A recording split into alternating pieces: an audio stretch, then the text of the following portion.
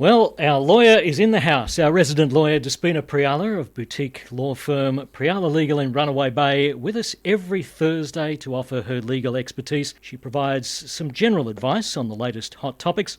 She's got experience that spans more than a quarter of a century in the area of property and commercial law. She prepares wills as part of estate planning and litigation. She's with us once again. Hello, Despina. Good morning, Wayne. Good morning, Brooke. Good morning, Despina. Welcome once again to the show. So this first segment is about the Pivotal Homes disaster. It's an unfortunate topic, but we thought it's timely, obviously, to mention to our listeners. What happens if a company goes into liquidation? And Despina, I guess if you can explain, how does this actually affect homeowners with a contract? Yeah, so we can talk about it in general terms. Of course, I don't act for Pivotal, and I'm not associated with the liquidation either. But I thought this is we can call it the Pivotal Homes disaster. I mean, let's be realistic. We've got a lot of homes, over 100, I believe, that are partly completed. I think some homes haven't started yet. So it is a disaster because the builder's gone into liquidation, and that is a fact. So what happens to these homeowners? And we've talked previously on the show about builders and developers, but in this case, I wanted to focus a bit more on the homeowner, the consumer, and what happens to them more so, well, what's Pivotal Homes and what's going to happen to that company? Well, that's in liquidation. So that's going to be entirely up to the liquidators as to how they manage that company moving forward, but they're going to have their hands full because they've got all these homes that are partly completed. And these homeowners now are going to have to wait and see what happens. So with that little intro, I thought we'd talk a little bit first about what happens under a build contract such as this, where, say, a consumer engages a builder like Pivotal Homes or another builder to build their home. And if that builder goes into liquidation, what happens to their contract? What happens to their interest in that contract about having their home built? So if a company or a builder, I should say, such as what's happened with Pivotal Homes, goes into liquidation, immediately the license is cancelled. That is their builder's license. And that makes sense, doesn't it? Because obviously they're in liquidation and they can no longer perform the role of a builder. So their license is cancelled. Now, cancellation of a builder's license will automatically trigger a default position under the build contract or a substantial breach. Obviously, being in liquidation, the builder cannot complete the works because they're in liquidation. So it's a substantial breach.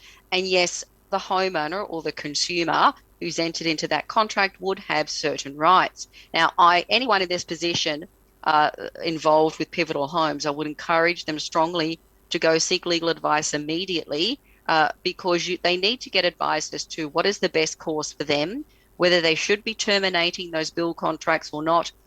Those contracts should really automatically come to an end because of the liquidation. However, they need to get advice because it may not be the right course of action to just immediately write to the liquidator, I terminate my build contract on notice. I think what's very important is for these homeowners to get proper advice up front, get it early. And then I think what they need to do is most definitely reach out to the liquidator, send them a claim for what it's worth. And I will say that because you don't know what's going to happen with Pivotal Homes and the liquidation and the fallout and how many creditors it has and how much money it owes. So they should be contacting the liquidator straight away, put their quote unquote claim in for what it's worth, let them know that they are a homeowner and consumer were with Pivotal Homes. And of course, they should also be contacting the Queensland Building and Construction Commission. Now that's another big step to take. So they should also be immediately contacting the QBCC and lodging a claim under the Queensland Home Warranty Scheme, which we want to talk about a bit. Now, there is warranty insurance, that scheme that is available, but unfortunately that certainly has limits, doesn't it, Despina?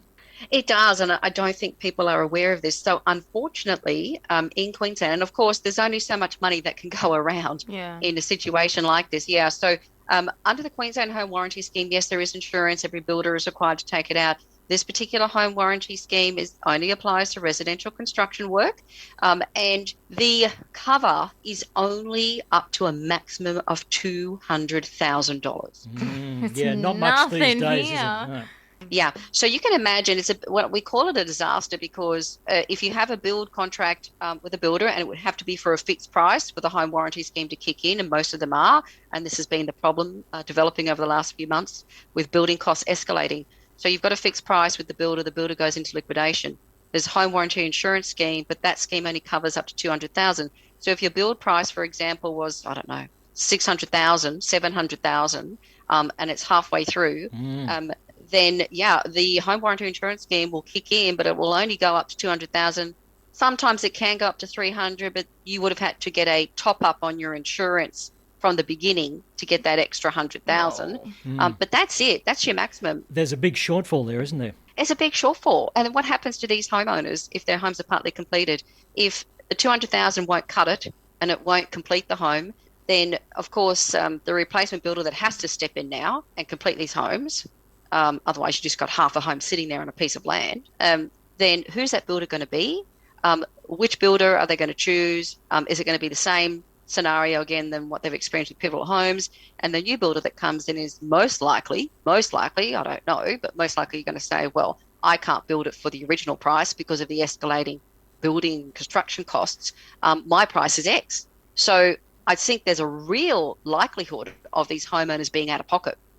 So if you are a homeowner or consumer, like I said, immediately contact the QBCC, put a claim in. Have to do that. There's only a certain time frame to do it. So don't leave it forever. Don't think Mr. Liquidator is going to telephone you personally. That's not going to happen.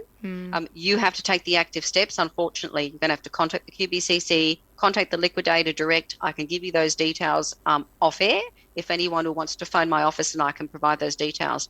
So, and then it's a sit and wait game. See what happens. The insurance scheme will kick in if you lodge that claim, and then we'll have to see how far that goes with your build. Now, the other thing is consumers shouldn't automatically think that, oh, I've got the home warranty scheme, it's going to look after me, I don't have to do anything. That's a mistake. If you don't take that active step to make a claim, then it won't be covered because, yes, there's insurance there, but the QBCC will be waiting for claims.